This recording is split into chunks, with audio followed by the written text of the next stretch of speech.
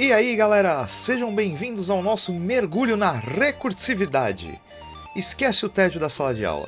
Hoje vamos desvendar esse conceito que parece coisa de filme de ficção científica, mas é uma das ferramentas mais poderosas da programação.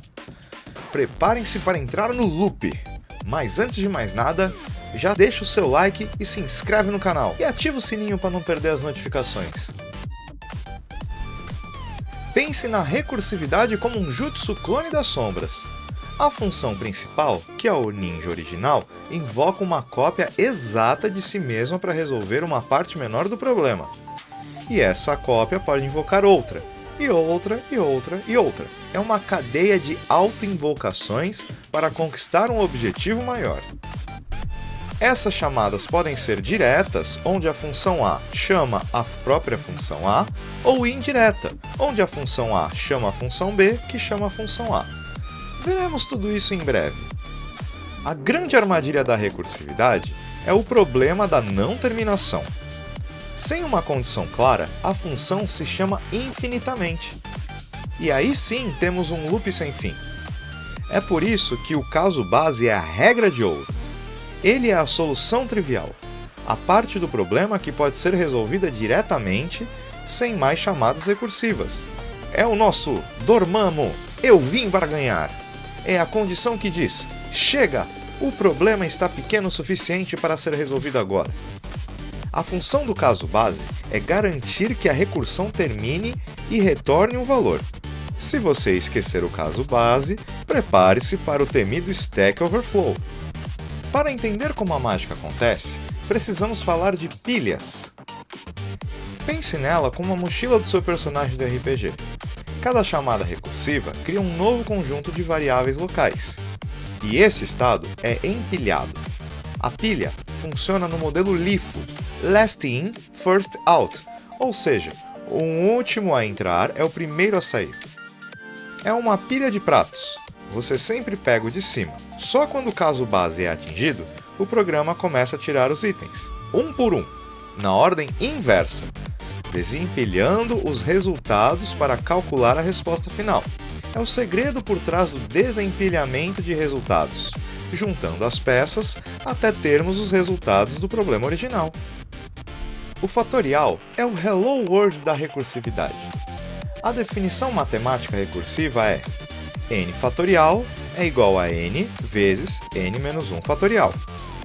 E o caso base é 0 fatorial é igual a 1. Vamos calcular 4 fatorial. A função fatorial 4 diz, preciso de 4 vezes o fatorial de 3. E o fatorial de 3 diz, preciso de 3 vezes o fatorial de 2. É uma corrente de dependências que só vai parar quando atingir o caso base, o 0 fatorial, que vale 1. Nesse momento, o fatorial de 1 pode ser resolvido. Depois disso, o fatorial de 2, de 3 e, por sua vez, o fatorial de 4. A pilha começa a desempilhar, multiplicando os resultados até o final. É o seu combo breaker de cálculo, resolvendo o grande problema por meio de subdesafios menores. Vamos para um exemplo prático. Nesse exemplo aqui, eu criei um projeto. Nesse momento, não precisamos saber o que é um projeto ou como ele funciona. Mas sem o projeto, não temos as janelas de debug.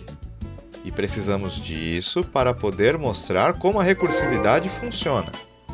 Como vocês podem ver, eu ativei uma janela chamada CallStack. É uma pilha que tem as chamadas de funções. Neste código, conseguimos ver direitinho o que está acontecendo com a recursividade, cada passo dela. Todas as vezes que a função é chamada, um novo valor aparece no CallStack. Quando n é igual a 0, que é a minha condição de parada, se interrompe as chamadas. E aí começa o processo reverso. A pilha vai se desempilhando. Cada linha da pilha vai se resolvendo, pois temos os resultados calculados. E no final, podemos verificar o resultado da nossa recursividade, o cálculo de fatorial de 4, que deu 24, armazenado nessa variável chamada resultado. Como mencionei anteriormente, Neste momento, não precisamos nos preocupar com criação de projetos ou os comandos de debug.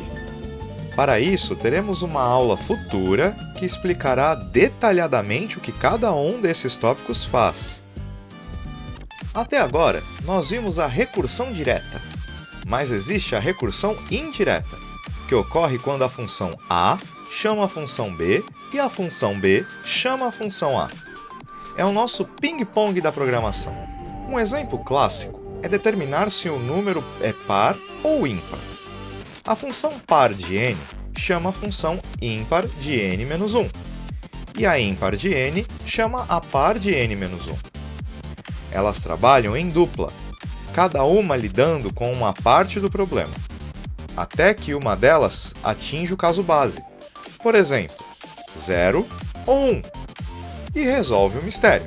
Ambas as funções estão na mesma jornada para reduzir o problema até um ponto trivial de parada.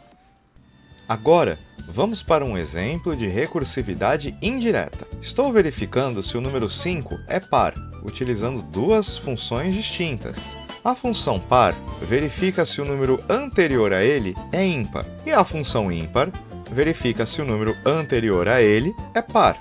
Observe na pilha de chamadas que o número foi subtraído até chegar em 1, e 1 não é um número par, por isso que retornamos o valor falso. E após limparmos todas as chamadas das pilhas de execução, temos o resultado de que o número 5 não é par. Agora, vamos fazer um exemplo com outro número. Vamos verificar se o número 4 é par. Para isso, vamos chamar recursivamente a função até chegar na solução trivial. Como pode ser observado na pilha de chamada, há alguma coisa estranha. A nossa solução trivial espera que n seja igual a 0. Porém, o nosso n atingiu valores negativos. E assim, a nossa função foi chamada recursivamente até o seu limite, ou seja, o caso base não funcionou. Para isso, vamos corrigir o nosso caso base na função ímpar. Quando n é igual a 1, então o meu valor é ímpar. E agora sim, livre de qualquer Stack Overflow, podemos verificar que o nosso caso base está funcionando. n igual a 1 é ímpar. E o resultado da nossa função 4 é par é verdadeiro. 4 é um número par. Calma, eu sei que agora muita gente deve estar se perguntando para que usar tudo isso. É muito complicado, não estou entendendo nada. Bom, a principal vantagem de utilizar recursividade é a elegância. Para resolver problemas naturalmente recursivos, como percorrer os dados de árvores e grafos, que são estruturas de dados, ou a geração de fractais, a solução recursiva é a mais limpa, concisa e fácil de ler. Ela tem o poder da síntese, pois reduz a complexidade de algoritmos que seriam muito longos e confusos, com iteração, transformando dezenas de linhas em poucas. É como usar um feitiço de alto nível que resolve o problema com poucas linhas de código, refletindo diretamente a definição matemática ou a estrutura do problema. Imagine um conjunto de pinos de boliche organizados em um triângulo. A beleza da derrubada desses pinos pode ser entendida através da recursividade, onde a cada impacto, um conjunto de pinos é derrubado, e a ação se repete de forma elegante, até um pino não ser mais encontrado. Assim, a recursividade acaba. Mas cuidado! O poder vem com responsabilidade. O maior inimigo é o Stack Overflow, que é quando a pilha de chamada enche completamente a memória do seu programa. E aí ele crasha. Isso ocorre se o caso base falhar, ou se for atingido um limite muito alto de chamadas. Além disso, a recursividade pode ter um baixo desempenho. O custo de empilhar e desempilhar chamadas recursivas para cada caso é maior do que o custo de um loop iterativo simples. Por isso, a recursão deve ser evitada quando a iteração é mais óbvia e eficiente. Lembre-se, não use um canhão para matar uma mosca. A regra é clara. Se o problema ou a estrutura de dados é naturalmente recursiva, a recursividade é a escolha certa. Futuramente, iremos ver árvores, grafos, algoritmos de busca de profundidade e divisão e conquista.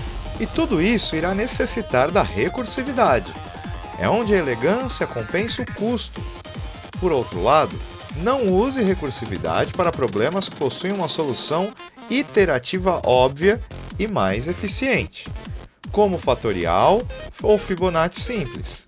Nesses casos, a iteração pode ser mais rápida e segura. A recursividade é uma ferramenta, não uma obrigação. Seja um programador estratégico e escolha a ferramenta certa para a missão. E agora sim, missão cumprida! Recapitulando o que aprendemos. Recursividade é uma função que chama a si mesma. O caso base é a condição de parada obrigatória. A pilha gerencia todas as chamadas no modelo LIFO. E, embora seja elegante, exige cuidado extremo com o temido Stack Overflow. Agora que você entende a recursividade, que a recursividade não é um bicho de 7 cabeças, mas sim uma técnica poderosa para resolver problemas complexos de forma elegante. Lembre-se do Doutor Estranho e do Stack Overflow. Pratiquem e o poder de chamar a si mesmo estará com vocês. Chegamos ao fim da teoria. Mas agora é a hora de saber se você consegue passar de faixa. Para isso, a gente precisa fazer uma side quest. Preparei 10 missões bônus que eu fixei aqui nos comentários do vídeo, hein? O grind é real, mas a recompensa é o domínio do código. Peguem seus teclados, preparem seus compiladores e bora pro código! Esses exercícios vão desde o básico até desafios mais complexos. Não se desanimem. Se alguns parecerem difíceis, isso é normal. O importante é praticar. Dúvidas, comentários, sugestões? Não gosta de jogar boliche? Deixa aqui nos comentários. Quero saber de vocês o que vocês têm dúvida e vamos resolver esse problema. Beleza? Qualquer coisa, galera, me procurem nas redes sociais. Podem me mandar alguma mensagem se tiverem alguma dúvida, que eu vou ficar muito feliz em ajudar. E nos vemos no próximo vídeo!